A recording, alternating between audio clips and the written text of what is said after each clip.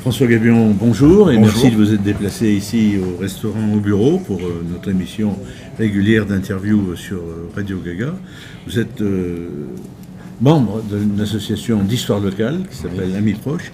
Le nom pense plutôt quand même à du social. Puis Amis Proches, c'est en un seul mot. C'est en un seul mot, quand on veut le trouver oui. sur les moteurs Oui, de recherche, il oui. faut taper Amis Proches en un seul mot.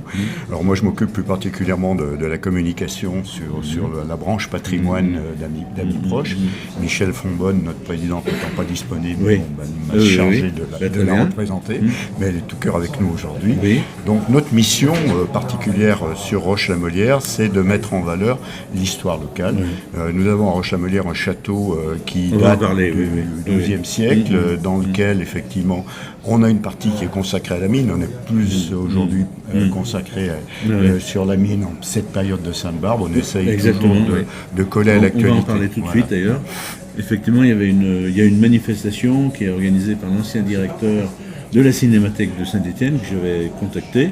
On parlait beaucoup de la Cinémathèque, je trouve qu'on en parlait moins, donc j'avais plein de questions à lui poser.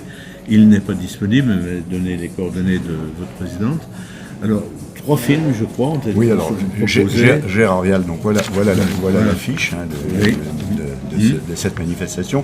Gérard Vial nous avait contacté en janvier, il avait le souhait de présenter ses films dans un cadre un petit peu particulier. Nous, on a reçu ça d'une manière très, très positive. Et avec une collaboration avec la ville de Roche-la-Molière, ces films seront projetés le jour de la Sainte-Barbe, le jour même de la Sainte-Barbe, à 18h30 à l'Obsis de Roche-la-Molière. Gérard Rial sera là pour les présenter. Ces films ont un intérêt particulier parce qu'il a eu la possibilité en 80-82 de filmer directement au fond de la mine, notamment au Puy-Pigeot à Mont-Rambert. Et il y a très peu de documents qui s'intéressent à ce fond et à la fin de notre histoire minière sur le bassin stéphanois. Nous, à Roche-la-Molière, on s'intéresse à Roche-la-Molière, mais on va aussi élargir au territoire. Parce qu'il y aura un débat après les projections. Je pense qu'il y aura un débat après les projections. Je pense qu'il y aura un certain nombre peut-être d'anciens mineurs qui seront à même de prendre la parole. C'est vrai qu'on en a de moins en moins, malheureusement. Alors, il faut savoir que nous, on a une sensibilisation sur la mine. Pourquoi ? Parce que sous le château de Roche-la-Molière, en 1808, Jacques Néron a creusé une mine sous son château. Jacques Néron, c'est celui qui a donné son nom à la rue Néron, à Saint-Étienne, puisque avant la Révolution, il a été maire de Saint-Étienne. Voilà, donc on tient aussi particulièrement à ça et on est en train de travailler avec la ville de Roche-la-Molière de réhabiliter un petit peu l'entrée de cette mine parce qu'elle était directement sous le château. 10 mètres sous le château, il y a des galeries de mine. Même sous son salon, il a été extraire du charbon, Jacques Néron. Alors on va commencer par l'extérieur, on parlait du sous-sol. L'extérieur est aujourd'hui visible, la ville a fait en sorte que un certain nombre de bâtiments qui cachaient un peu, notamment en plein centre-ville, à 2 pas de la place du marché, ce bâtiment. Aujourd'hui, on peut dire qu'il est visible. Hier, il y a eu l'inauguration officielle de ce chantier qui a duré pendant pas mal de temps, qui nous nous ravit, nous, parce qu'effectivement, c'est un joyau qu'on a mis en valeur. Il faut savoir que le château de Roche-la-Molière est assez unique, puisque c'est un des rares châteaux de la Loire, je dirais même peut-être l'unique château de la Loire, qui a été habité depuis le XIIe siècle jusqu'à nos jours, puisque les derniers habitants, c'était la famille Néron, qui était là jusqu'en 1951, quand ce château était vendu à la ville de Roche-la-Molière. Et vous organisez aujourd'hui régulièrement votre association des visites guidées du bâtiment. J'ai eu le plaisir d'en partager une. Des visites guidées du bâtiment, effectivement. J'en anime une cet après-midi à 14h30, 15h. Donc effectivement, où on reçoit du public. Alors c'est une visite... c'est des visites qui sont régulières ou est-ce que alors vous êtes tous les samedis à 15h, on a systématiquement une visite guidée. Pour faciliter les choses, on a créé une petite vidéo qui raconte l'histoire du château, ce qui permet de se resituer depuis Godemar de la Vieux jusqu'à Jacques Néron sur tout l'historique du château. Nous sommes une dizaine de bénévoles à assurer les visites. Et je pense que vous en organisez aussi pour des groupes qui vous sollicitent. Je me souviens, j'ai des amis qui sont en retard avec Claude Saint-Chamond qui avaient pris contact pour organiser une visite. On a possibilité au jour et heure pour y connaître des bénévoles disponible pour les accompagner, mais là on s'arrange toujours parce que c'est toujours un plaisir de partager la vie de ce château. Alors nous, notre vue par rapport à l'histoire aussi, c'est de la décortiquer et puis de la rendre accessible à tous, parce que notre histoire locale, souvent, elle est peu connue.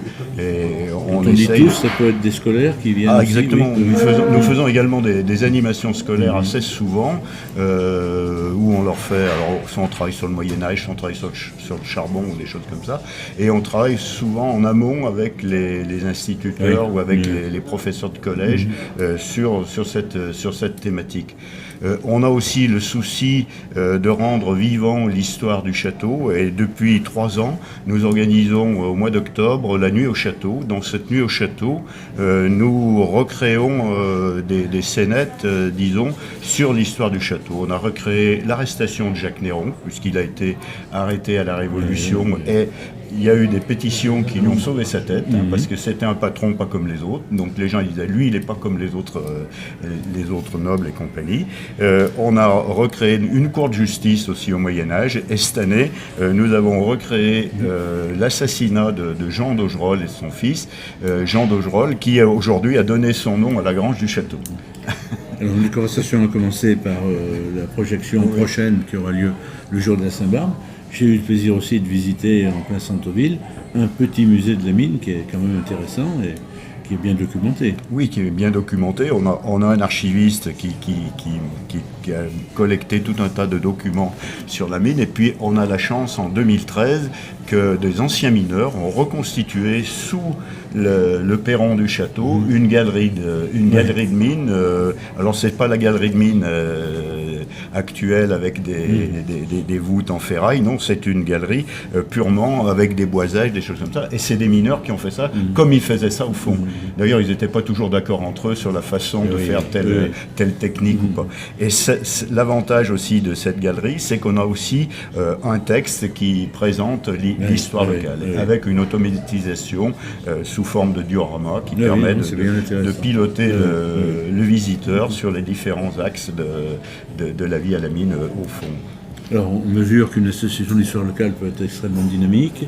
Est-ce qu'il y a un projet qui vous mobilise actuellement ? Le projet qui nous mobilise actuellement, le premier, c'est la Sainte-Barbe. Puis le deuxième projet, nous avons pour mission de faire vivre le château. C'est l'organisation, les 21 et 22 mars, du Printemps des Plantes. Alors, le Printemps des Plantes, ce sont des gens qui vont venir, des producteurs, qui vont venir autour du château vendre leur production. Il y a souvent des conférences, il y a des expositions, ce qui permet aussi de donner vie au château.